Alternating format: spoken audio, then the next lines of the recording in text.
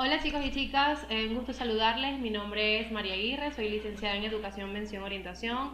Soy experta en lo que es conducta infantil y dificultades de aprendizaje. El día de hoy me complace mucho compartir con ustedes un poco de esto que es tan sensible y que esto es importante conocer, sobre todo para la vocación y la elección vocacional que ustedes tomaron la decisión y el trabajo con niños a diario, porque muchas veces trabajamos con niños que no se escapan de los parámetros de la normalidad, pero sin embargo a veces nos tocan situaciones difíciles de enfrentar en donde tenemos un niño hostil, un niño con conductas disruptivas, un niño desatento, un niño que no aprende igual a los otros niños de su edad o que simplemente presenta alguna dificultad en alguna de las áreas de su vida y no sabemos cómo abordar esta situación.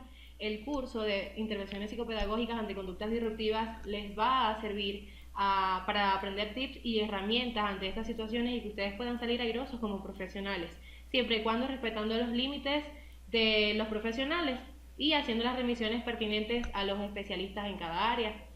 Les agradezco mucho a aquellas personas que nos pudieron acompañar en la bienvenida y aquellos que no, que estuvieron a través y muy al pendiente de nosotros a través del Facebook Live, también agradecerles. Aquellas personas que no nos pudieron acompañar ni en la bienvenida ni en el Facebook Live y que están hoy de igual manera compartiendo con nosotros en nuestro curso, también agradecerles porque estoy segura que están sumamente dispuestos, comprometidos y responsables al cumplimiento de todos los encuentros y de todos los deberes que vamos a tener en este curso. Así que les damos la más cordial bienvenida y aprender todo lo que se pueda, tanto yo de ustedes como ustedes de mí. Hola chicos y chicas, muy buenas tardes. Como les decía en la introducción, en este curso vamos a aprender muchísimas cosas que les van a ser muy funcionales para lo que es su trabajo en aula con los niños y las edades comprendidas que ustedes van a manejar. Realmente sí me gustaría que todos pues se comprometieran, que siguieran la secuencia, que cumplieran con los deberes y las responsabilidades que nosotros asignamos para poder alcanzar los objetivos del curso y así aprobar satisfactoriamente con su certificado. Vamos a conocer brevemente lo que es nuestra Confederación Ecuatoriana de Profesionales Universitarios, aunque para aquellas personas que nos acompañaron en la bienvenida ya tienen conocimiento de ello. Como misión tenemos educar con innovación basada en las nuevas tecnologías, con una alta competitividad en el mundo globalizado laboral. De visión tenemos la calidad de educación de nuestros profesionales se basa con liderazgo humano y de servicio ocupacional responsable en beneficio de la solidaridad de la sociedad. Muy bien, esto como conocimiento de lo que es nuestra confederación. Están siendo hoy bienvenidos a nosotros. Espero pueda y sea de su agrado su estadía y su aprendizaje. Realmente somos una confederación que va creciendo, va ampliándose y ustedes son uno de los primeros beneficiados en ese crecimiento. Como les dije, soy capacitadora, soy licenciada en Educación, Mención, Orientación. Mi nombre es María Aguirre y bueno, ya tengo algo de experiencia en estos temas infantiles, así que aprovechar al máximo todo lo que podamos aprender. A ver chicos y chicas, es importante primero conocer un poco de lo que es la historia y antecedentes de los trastornos de la conducta o en su defecto de las conductas disruptivas, aunque más adelante vamos a conocer la diferencia entre lo que es conductas disruptivas y lo que lo diferencia de los trastornos de la conducta. Vamos a conocer un poco y a decir que la niñez se reconoce en psiquiatría como un periodo de vulnerabilidad y plasticidad en el desarrollo progresivo hacia la personalidad adulta. Anteriormente, en la mayoría de los textos de psicología y psiquiatría, los trastornos que afectan a la niñez y a la adolescencia se presentan por separado de los trastornos propios de la adultez. Hoy en día se dice que muchos de los trastornos mentales en la adultez tuvieron su inicio en la infancia. Así que todavía existe esa incongruencia en los textos de psicología que nos llevan a pensar que muchos de los trastornos que hoy en día sufren los adultos comenzaron en la niñez y entonces nos lleva a cuestionarnos y a hacernos la pregunta, ¿dónde estaban esos niños que tuvieron esos indicadores y no nos dimos cuenta en el aula?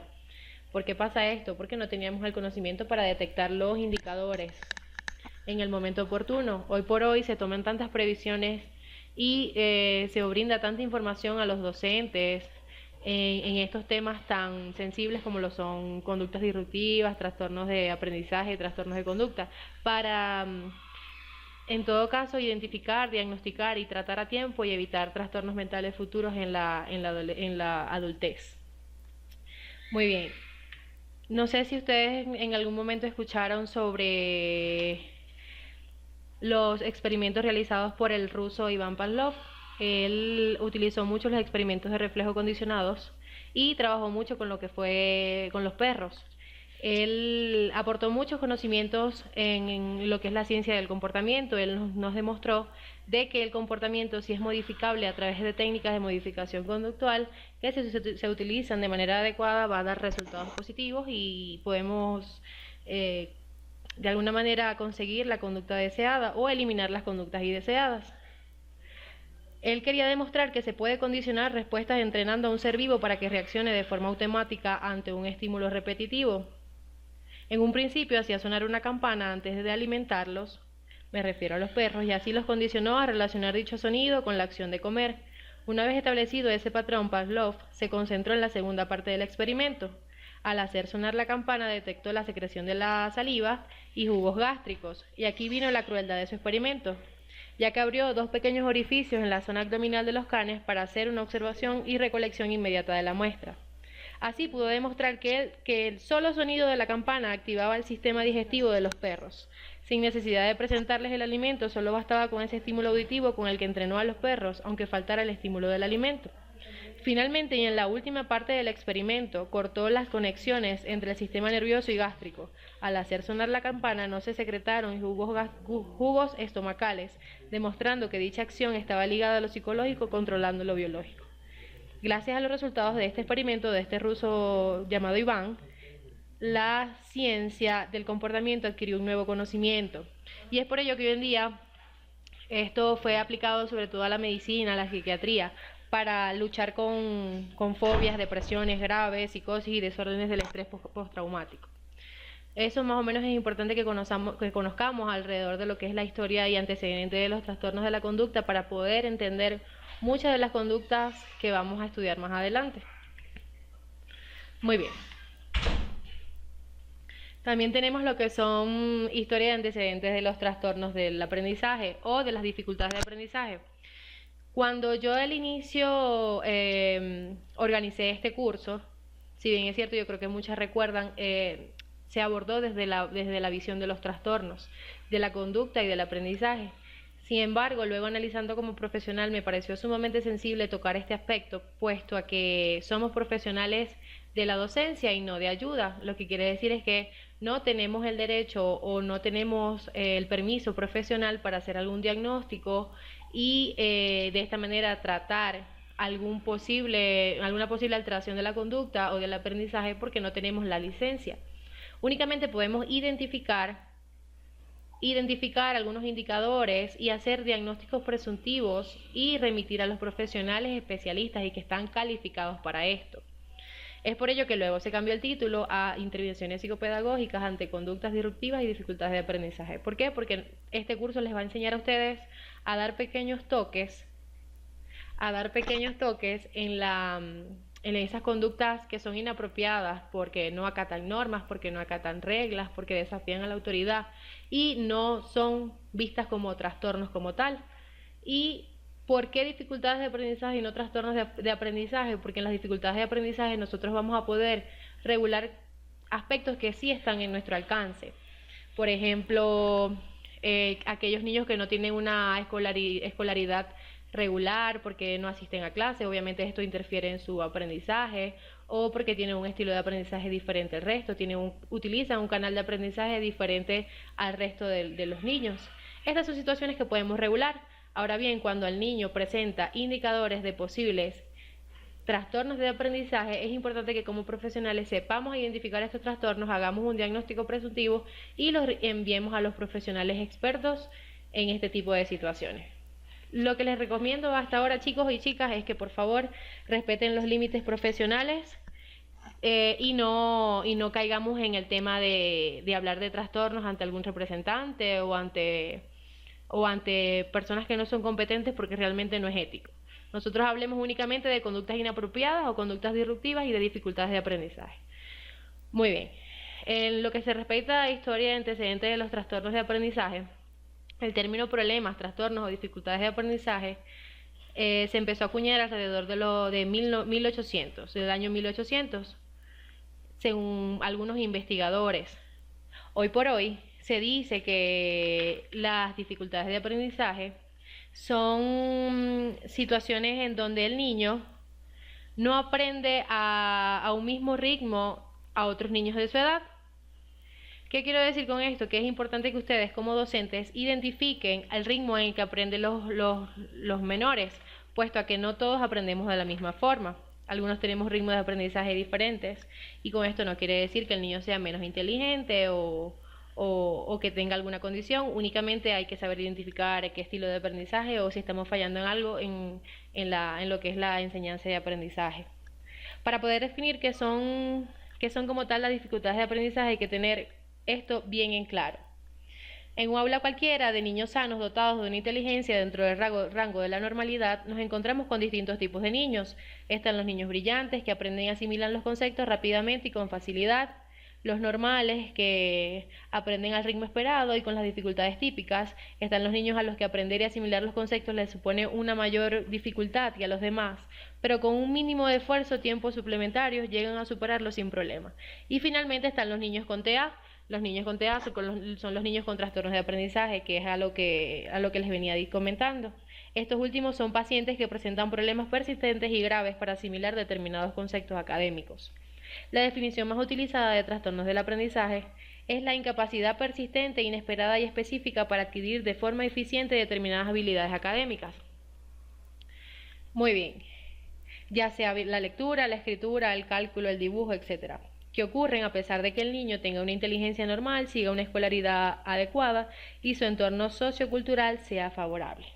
Esta última definición que les acabo de dar corresponde a un trastorno de aprendizaje.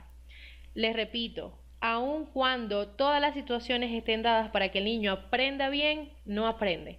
Por ejemplo, tiene una inteligencia normal, su escolaridad es adecuada y su entorno sociocultural es favorable, es decir, familia les apoya, papá y mamá están allí, los hermanos le apoyan, todas las condiciones están dadas y el niño igual no aprende o no aprende al mismo ritmo de los demás. Esto es en el caso de los trastornos. Cuando es una dificultad de aprendizaje es que probablemente alguna de esas situaciones esté fallando y nosotros como profesionales de la docencia podemos intervenir allí porque sí es nuestra competencia laboral. ¿Ok? Muy bien. ¿Qué son trastornos de la conducta? Los trastornos de la conducta engloban muchísimos aspectos que de igual manera son sensibles y son muy delicados de abordar. Es por ello que antes de conocer qué es un trastorno de la conducta es necesario que nosotros sepamos qué son conductas disruptivas. Una conducta disruptiva es una conducta incluso con la que vamos a lidiar muy frecuentemente en las aulas de clase. Una conducta disruptiva o por decirlo, una conducta inapropiada en la infancia y en la adolescencia engloba un conjunto de conductas que implican oposición a las normas sociales y a los avisos de la figura de autoridad, cuya consecuencia más destacada es el fastidio o la perturbación, más o menos crónica, de la convivencia con otras personas, compañeros, padres, profesores y personas desconocidas. Una conducta disruptiva la vamos a tener a diario con aquellos niños que son molestosos, aquellos niños que agreden al compañero que tienen al lado, aquellos niños que interrumpen cuando nosotros los docentes estamos impartiendo alguna clase, aquellos niños que no están tranquilos sentados en su asiento, aquellos niños que no esperan a que el docente termine de hablar para pedir una opinión, una sugerencia o aclarar alguna duda. En fin, ese tipo de conductas que, si bien es cierto, son muy frecuentes, no deben diagnosticarse como algún trastorno de conducta. ¿Por qué? Porque el DSM-5, que es el diagnóstico de salud mental, el último que salió, y bueno, todos los DSM indican que para diagnosticar un trastorno, en este caso de conducta, se debe medir el nivel de persistencia y la durabilidad en el tiempo de esa conducta que estamos observando que no parece normal o acorde a su edad. Entonces, tenemos que saber identificar cuándo es una conducta disruptiva y cuándo es un trastorno de la conducta. Esa conducta disruptiva, si no se trata a tiempo, si no se utiliza alguna técnica de modificación conductual o si simplemente no se atiende con algunas tips, algunas herramientas, puede llegar a convertirse en un trastorno de conducta. Es por ello que este curso les va a enseñar a identificar estos indicadores. Muy bien. Vamos a conocer en esta primera clase pero brevemente lo que son los tipos de trastorno de conducta. Tenemos el trastorno por déficit de atención con o sin hiperactividad, que es el TDAH. Es uno de los trastornos más estudiados hoy en día por la polémica que ha causado en nuestros tiempos, porque se ha considerado uno de los trastornos más famosos en nuestra era, en donde hoy en día un niño que se porta mal, que no hace caso, que no acata normas, que no está tranquilo, o que simplemente tiene un nivel de atención un poco más bajo que el de los demás, entonces ya es un niño que es diagnosticado con TDAH y es etiquetado como tal.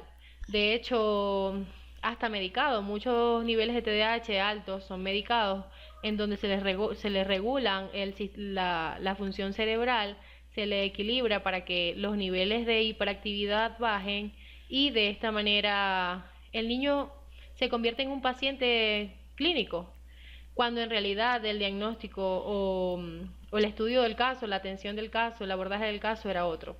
¿Por qué? Porque el niño lo que presentaba era conducta inapropiada, el niño se le podía corregir la conducta con alguna técnica de modificación conductual y el niño recibió un diagnóstico errado. Eso brevemente, pero más adelante en las próximas clases vamos a ver muy detenidamente este trastorno porque definitivamente sé que se van a encontrar con este tipo de situaciones. También tenemos los trastornos generalizados del desarrollo y del espectro autista.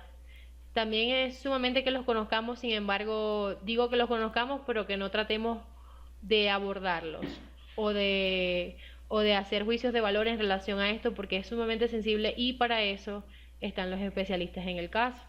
Sabemos que existen diferentes tipos de niveles de autismo, el nivel leve, el nivel moderado y el nivel alto o avanzado. De acuerdo a esto también el funcionamiento de cada niño dentro del aula.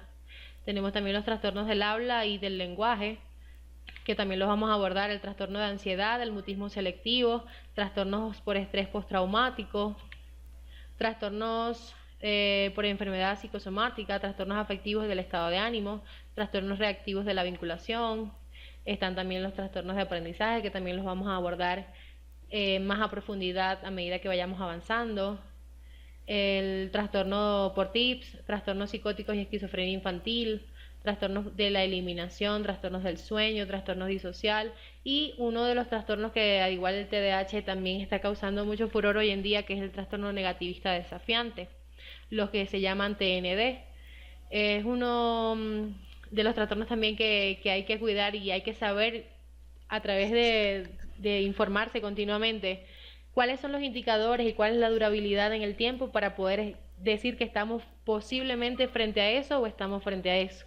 Porque un niño ahorita que se opone a las normas y que es rebelde, entonces ya es un niño TND, o sea, tiene el trastorno negativista desafiante, cuando en realidad es un niño rebelde que se puede de igual manera corregir con algunas técnicas que podamos aplicar.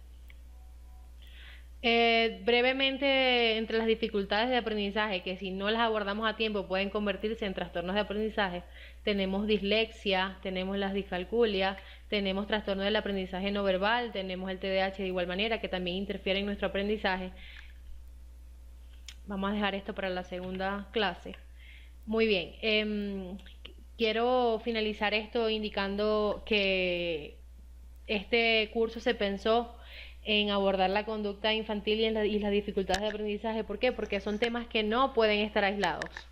Es decir, aquel niño que tenga alguna dificultad en la conducta, que presente conductas inapropiadas, que presente conductas anormales de acuerdo a su edad, que le estén interfiriendo en su desarrollo evolutivo normal, que le estén interfiriendo en las diferentes áreas de su vida, es un niño que indudablemente va a desarrollar dificultades de aprendizaje, es un niño que no va a aprender al ritmo de los otros niños, es un niño que no se va a concentrar, es un niño que va a entorpecer incluso los métodos de enseñanza y aprendizaje que la docente o el docente haya planificado para las clases. Muy bien, espero que la primera clase haya sido realmente provechosa. Es muchísimo lo que tenemos que trabajar y abordar en estos temas. Sin embargo, es importante primero que ustedes conozcan de dónde viene todo esto, cuál es la historia, cuáles son los antecedentes de estas conductas, de estos trastornos, cuáles son los principales tipos de trastornos, porque de allí vamos a partir para las próximas clases. Me gustaría, chicos y chicas, en la medida de lo posible, que por favor cumplan con el deber que les voy a asignar. Estuve investigando sobre algunos cuentos infantiles. Di con alguno que fue sumamente interesante y que deja una gran reflexión. Allí en el deber que les voy a dejar en la página, ustedes deben leer ese cuento, es un cuento muy breve y una vez que lo lean me van a responder las dos cuestionantes que les dejo allí. Es un cuento sumamente interesante, incluso la reflexión no solamente, porque es un cuento para corregir o modificar la conducta infantil. Sin embargo, cuando lo leí, realmente también deja una gran moraleja para todos los adultos. Así que les invito a leer el cuento, los voy a bajar acá a la plataforma y a responder las dos cuestionantes. Ese va a ser el primer deber. ¿Ok? Para la segunda clase vamos a ver un poco más desarrollado los tipos de trastornos de aprendizaje, los tipos de dificultades de aprendizaje, los tipos de trastornos de la conducta. Vamos a ir conociendo las características incluso de estos trastornos y vamos a ir relacionando y haciendo debates al respecto. Muchísimas gracias, espero de verdad les haya servido mucho esta primera clase y nos vemos pronto. Ya recuerden el deber, allí mismo conjuntamente con bajar el deber también les voy a dejar las fechas límites para poder entregar el deber y estamos en contacto. Recuerden además que también estamos por los grupos de WhatsApp, por las llamadas telefónicas, por el Facebook incluso. Hay que aprovechar todas las redes sociales, todos los medios de difusión para poder hacer este curso lo más exitoso posible. Mariami, ¿cómo hago para